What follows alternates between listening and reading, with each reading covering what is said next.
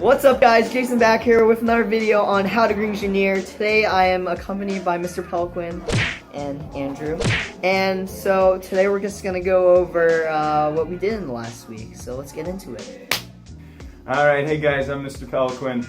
This week I talked a lot with Jason and Andrew about power needs for our bike shelter. So we need to power lights, we need to be able to power a pump. And through our discussions, we also came up with the idea of possibly installing a manual pump. So it may be that our battery is only powering lights, and that's something that we have to decide as a group.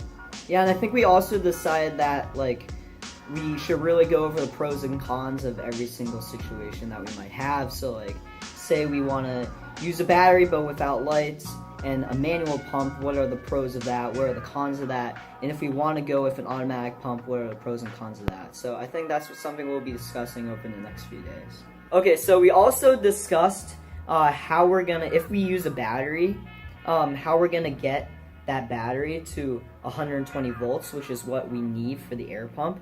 And so one idea we had was that we'd have a 12 DC volt battery, like a car battery or something, and we use a converter to make it into AC, 120 AC, which is what we need for the pump.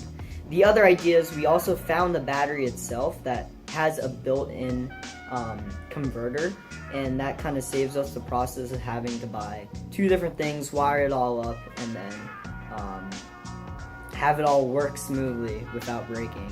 And so basically, as I said earlier, we're going to try to work on figuring out the pros and cons of not only doing automatic versus manual bike pump, but also if we do an automatic bike pump, whether we're going to use a 12 volt car battery and convert it to 120 volts, or if we go straight with a 120 volt battery with a converter already built in.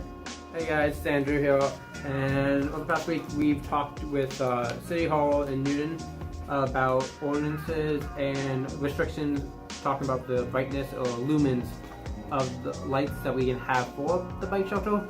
And the max capacity is 100 lumens, and right now we're trying to decipher whether that means 100 lumens in total or 100 lumens per light. So if we go strips, 100 lumens per feet, or bulbs, 100 lumens per bulb. And also we finished the spreadsheet, but we do need to make a few corrections, such as if we're going switching to manual pump, as the Pelican said, or if we need going with electric pump, which will require a bigger battery and a few new formulas and or calculations. So I finished up the designs with our first design of the bike shelter. So I'm gonna go quickly show you this now. Okay guys, so this is the newest bike shelter design. What we have here is what we've came up with in the past few weeks. It may not be the final one, but it's definitely getting there. So basically what we have is we have a glass of sheet plexiglass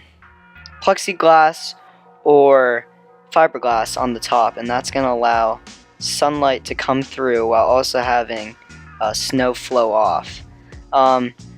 Below it are the solar panels, and those are generating our electricity to run the lights and the pump. We also have these spacers to keep the plexiglass or fiberglass from caving in from snow on top.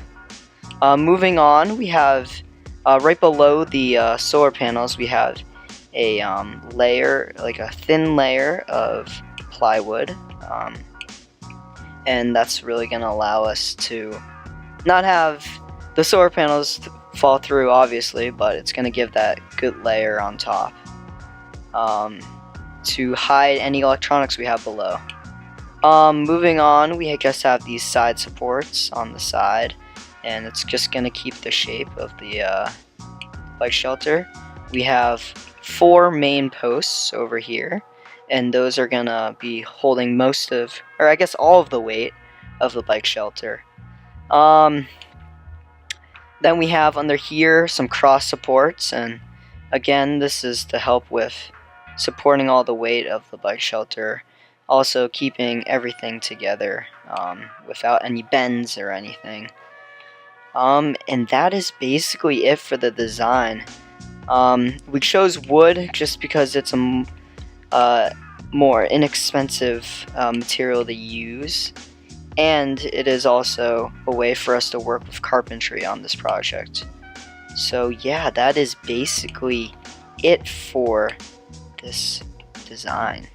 Okay, so in Aquaponics this week, we worked on a few things.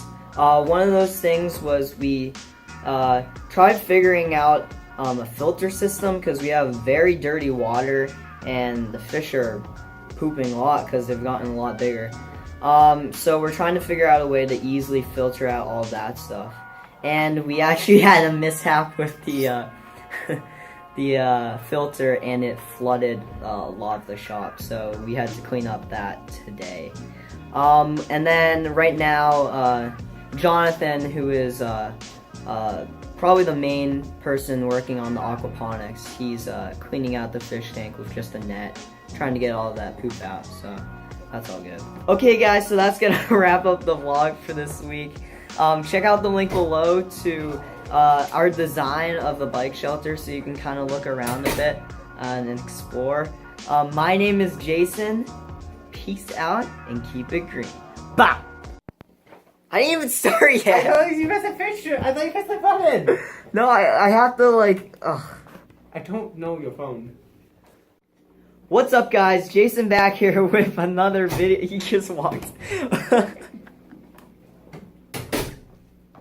No, restart.